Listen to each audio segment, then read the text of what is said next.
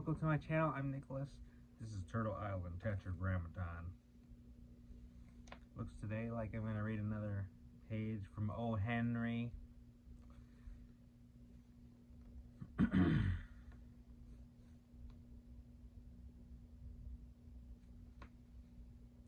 The Clarion Call.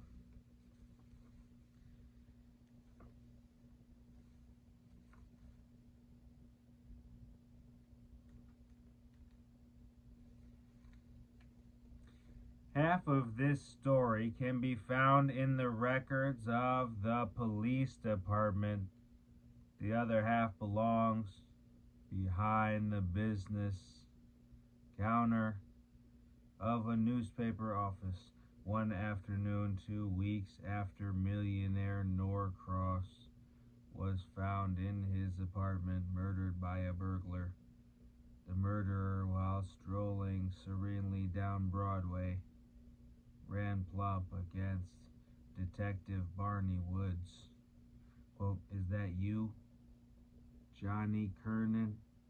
End quote, asked Woods, who had been nearsighted in public for 5 years.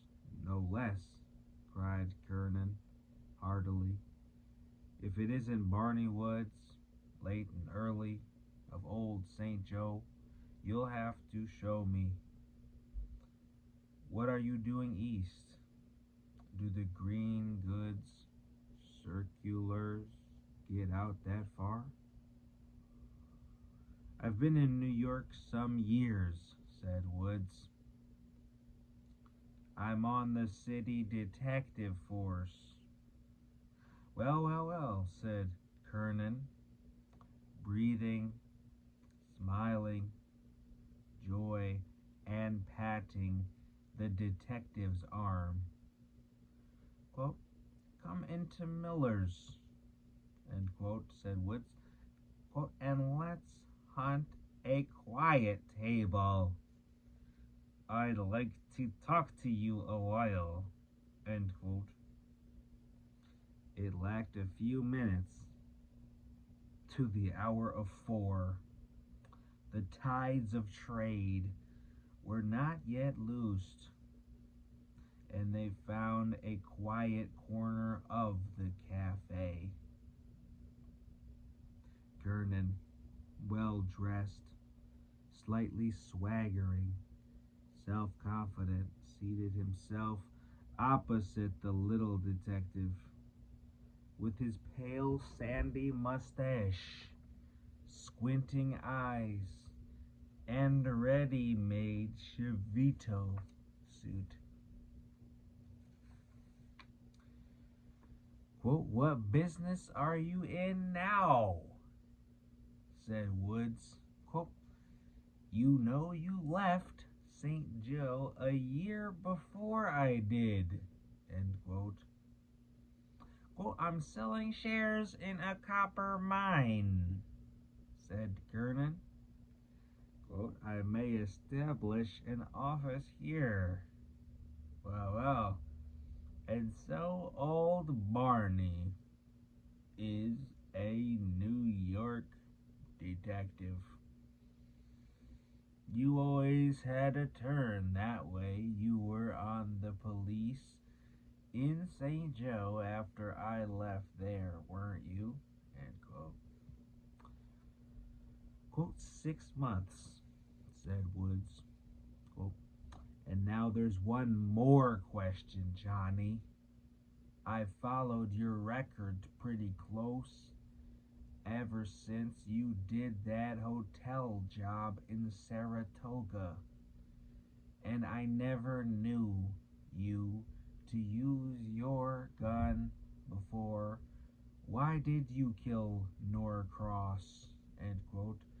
Kernan stared for a few moments with concentrated attention at the slice of lemon in his highball, and then he looked at the detective with a sudden, crooked, brilliant smile. Quote, "How did you do it?" Barney, end quote, he asked admiringly. Quote, I swear I thought it was as clean and as smooth as a peeled onion.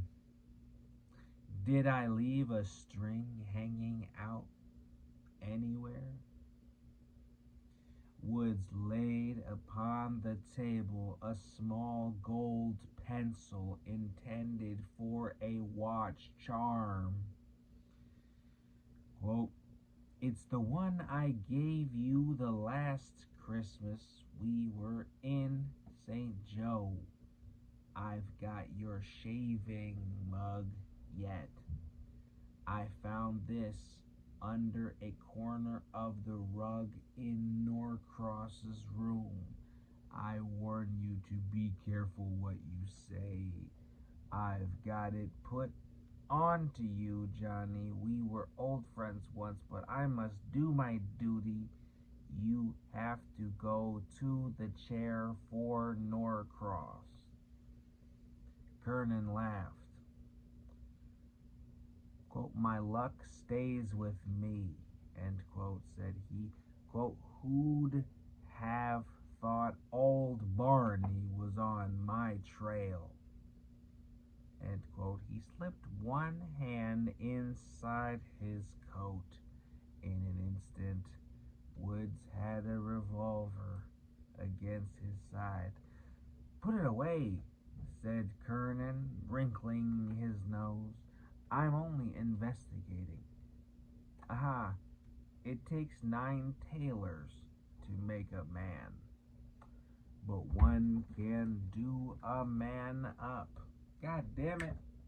Hey, you don't go out there, please.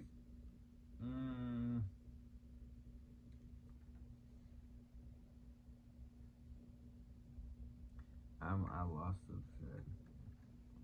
I'm really focused at work. He was looking for somewhere to jump. So he's getting in. Gotta get up high. Gotta get a stand on something. You better off in the wild.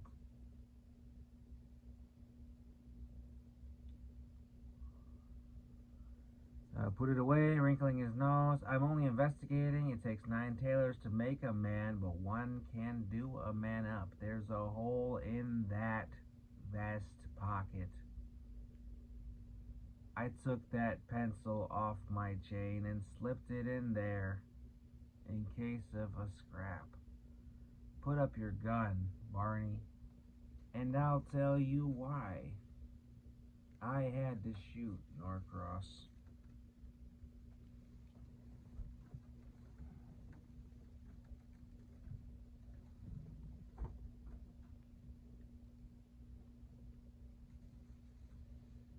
Tell me more. I got 20 minutes. Why'd you shoot Norcross? The old fool started down the hall after me, popping at the buttons on the back of my coat with a peevish little 22, and I had to stop him. The old lady was a darling. She just lay in bed and saw her $12,000 diamond necklace go without a chirp while she begged like a panhandler to have back a little thin gold ring with a garnet worth of $3. I guess she married old Norcross for his money, all right. Don't they hang on to the little trinkets? Please.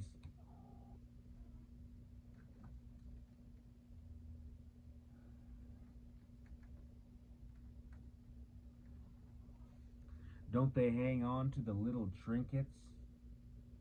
From the man who lost out, though, there were 6 rings, 2 brooches, and a chatelaine watch. 15,000 would cover the lot.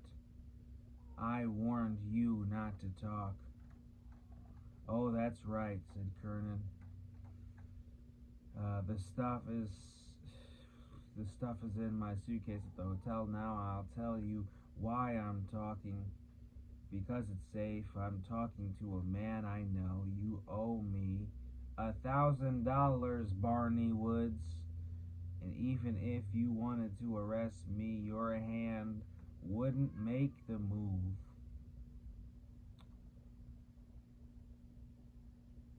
Quote, I haven't forgotten, said Woods. You counted out 20 50s and went on with your deal. I'll pay it back someday. That 1,000 saved me, and well, they were piling my furniture out on the sidewalk when I got back to the house.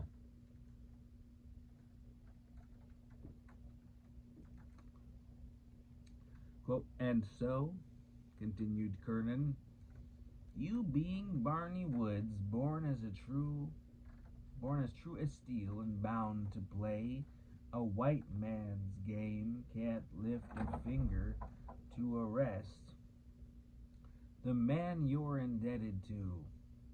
Oh, I have to study men as well as Yale locks and window fastenings in my business.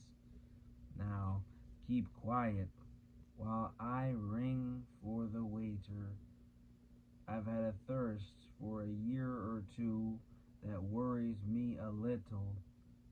If I'm ever caught, the lucky sleuth will have to divide honors with the old boy Booze.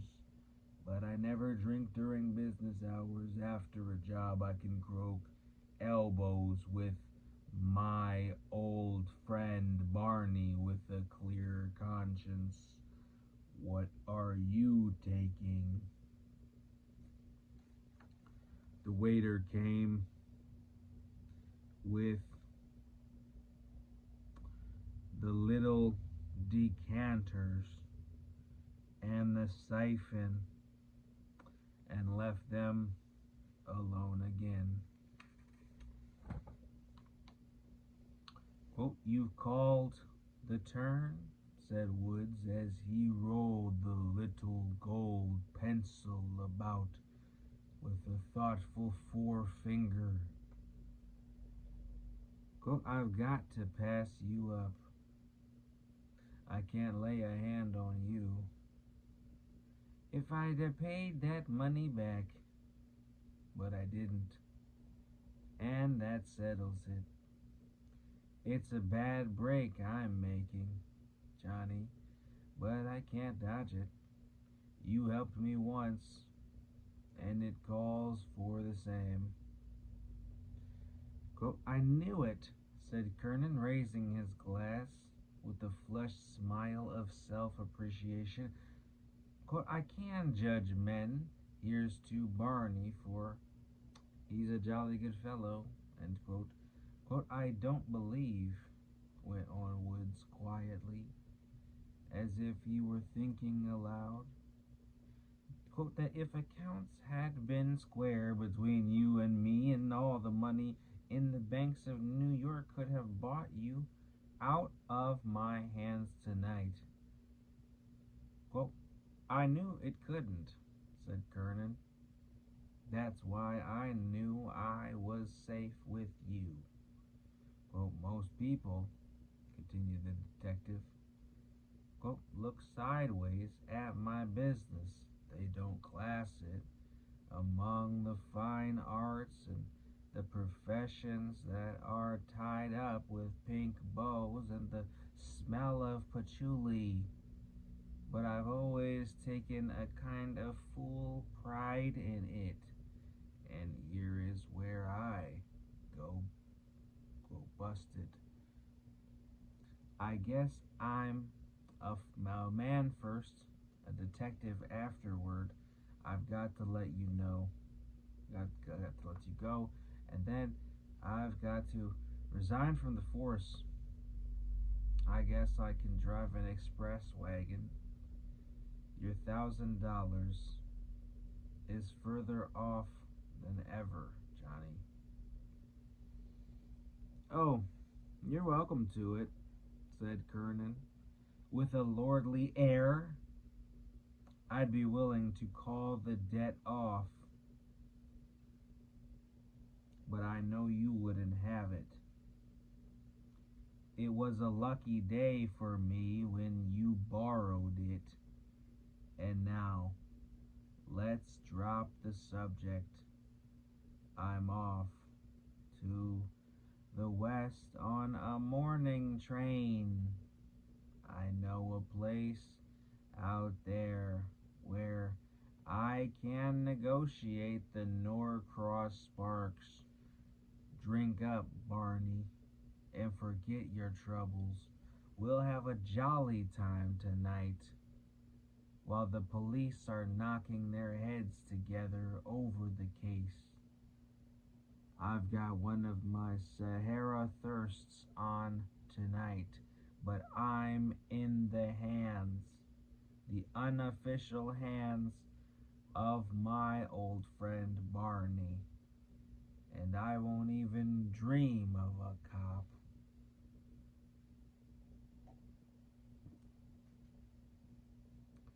Got minutes to spare here. Must be getting close. Oh, it goes on and on, bro.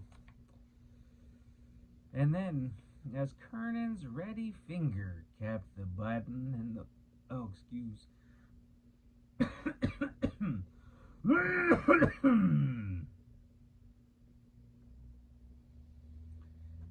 And then, as Kernan's ready finger kept the button and the waiter working, his weak point, a tremendous vanity and arrogant egotism, began to show itself. He recounted story after story of his successful plunderings, ingenious plots, and infamous transgressions until Woods, with all his familiarity with evildoers, felt growing within him a cold abhorrence toward the utterly vicious man who had once been his benefactor. Quote, I'm disposed of course, said Woods at length. Quote, but I advise you to keep under cover for a spell. The newspapers may take up this Norcross affair. There has been an epidemic of burglaries and manslaughter in this town this summer. End quote. The word sent Kiernan into a high glow of sullen and vindictive rage. Vindictive Rage. That reminds me of my band name. I was thinking of a band name for Subvert. I was gonna call it Copious Guilt. I think Rage was one of them too. Yeah, a Rage Denizen.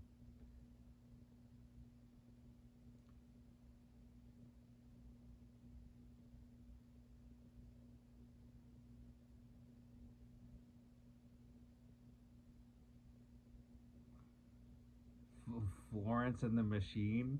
Why can't my band name be?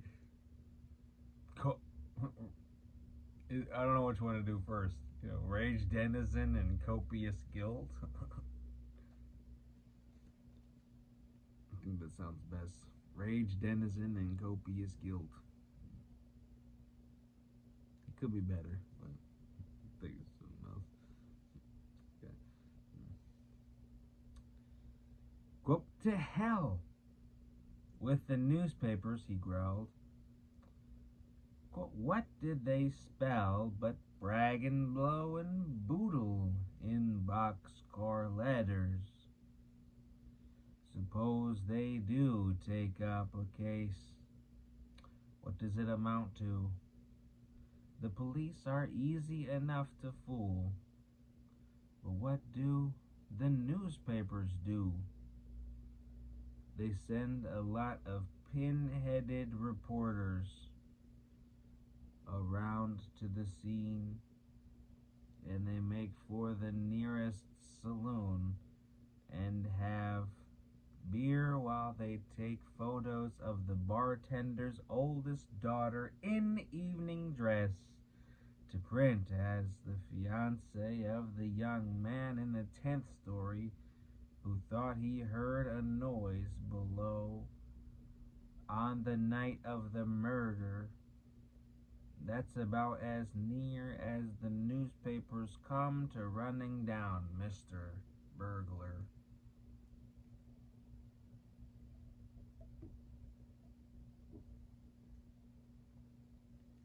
Quote, well, I don't know, said Woods, reflecting. Quote, some of the papers have done good work in that line. There's the Morning Mars, for instance. It warmed up 2 or 3 trails and got the man after the police had let get cold. End quote. Quote, I'll show you, said Kiernan, rising and expanding his chest. Quote, I'll show you what I think of newspapers in general, and your Morning Mars in particular. 3 feet from their table was the telephone booth. Kiernan went inside and sat at the instrument, leaving the door open. He found a number in the book, took down the receiver, and made his demand upon Central. Got 10 minutes.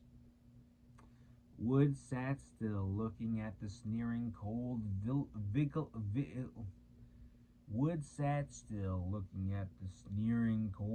vigilant face, waiting close to the transmitter, and listened to the words that came from the thin, truculent lips curved into a contemptuous smile. Quote, that fuck. I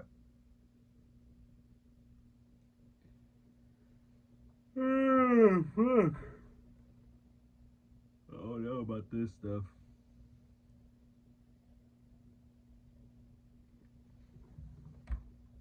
Familiar with it, so completely lost. And we're reading O. Henry. This is the clarion call. Wood sat still, looking at the sneering, cold, vigilant face, waiting close to the transmitter, and listened to the words that came from the thin, truculent lips carved into a contemptuous smile. Quote, the Morning Mars. I want to speak to the managing editor. Why, tell him it's someone who wants to talk to him about the Norcross murder. You the editor? All right.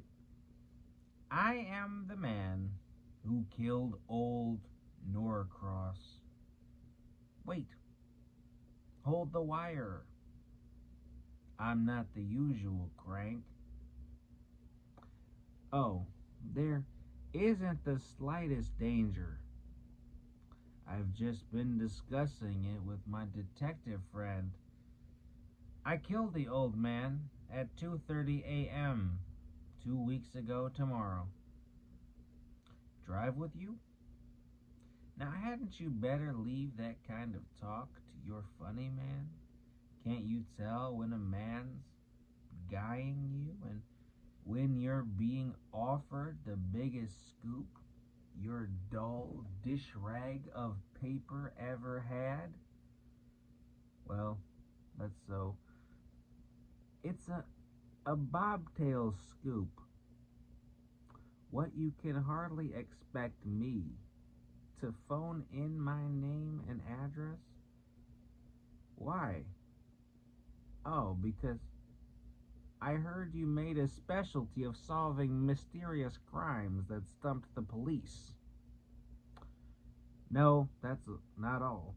I want to tell you that you're rotten, lying, penny sheet is of no more use in tracking an intelligent murder or highwayman than a blind poodle would be.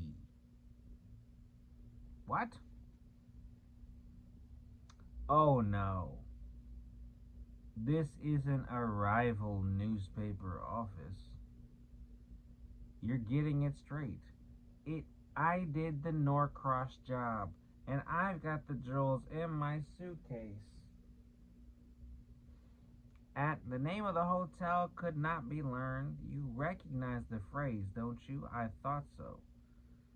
You've used it often enough. Kind of rattles you, doesn't it? To have the mysterious villain call up your great big powerful organ of right and justice and good government and tell you what a helpless old gas bag you are. Cut that out. You're not that big a fool. No, you don't think I'm a fraud. I can tell it by your voice. Now listen, and I'll give you a pointer that will prove it to you. Of course, you've had this murder case worked out over by your staff and bright young blockheads. Here we go. Half of the second button on old Miss Norcross's nightgown is broken off. I saw it when I took the garnet ring off her finger. I thought it was a ruby. Stop that. It won't work. End quote. Kernan turned to Woods with a diabolical smile. Quote, I've got him going. He believes me now. He didn't quite cover the transmitter with his hand when he told somebody to call up Central on another phone and get our number. I'll give him just one more dig. Then we'll make a getaway. Quote, hello? Yes, I'm here yet. You didn't think I'd run from such a little subsidized scandal-mongering turncoat rag of a newspaper, did you? Have me inside of 48 hours. Say, will you quit being funny? Now, you let grown men alone and attend to your business of hurting up divorce cases and streetcar accidents and printing the filth and scandal that you make your living by. Goodbye, old boy. Sorry, I haven't time to call on you. I'd feel perfectly safe in your sanctum asinorum. Tra-la.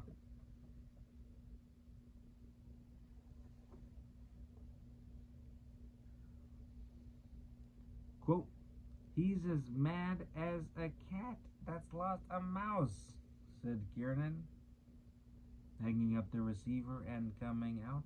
Quote, and now, Barney, my boy, we'll go to a show and enjoy ourselves until a reasonable bedtime.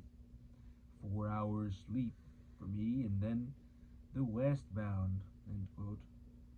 The two dined in a Broadway restaurant. Kiernan was pleased with himself. He spent money like a prince of fiction. And then a weird and gorgeous musical comedy engaged their attention. Afterward, there was a late supper in a grill room with champagne, and Kiernan at the height of his complacency. Woods conceived that his obligation must be acquitted fully and decided to see him through. 3:30 in the morning found them in the corner of an all-night cafe. Kernan still boasting in a rapid and rambling way. Woods thinking moodily over the end that had come to his usefulness as an upholder of the law. But as he pondered, his eye brightened with a spectaculative light. I wonder if it's possible, he said to himself. I wonder if it's possible. And then outside the comparative stillness of the early morning, it was punctured by faint, uncertain cries that seemed mere fireflies of sound, some growing louder, some fainter, waxing and waning amid the rumble of milk wagons and infrequent cars. Shrill cries they were, when near, well-known cries. That's a problem. It's the reason I don't drink that stuff.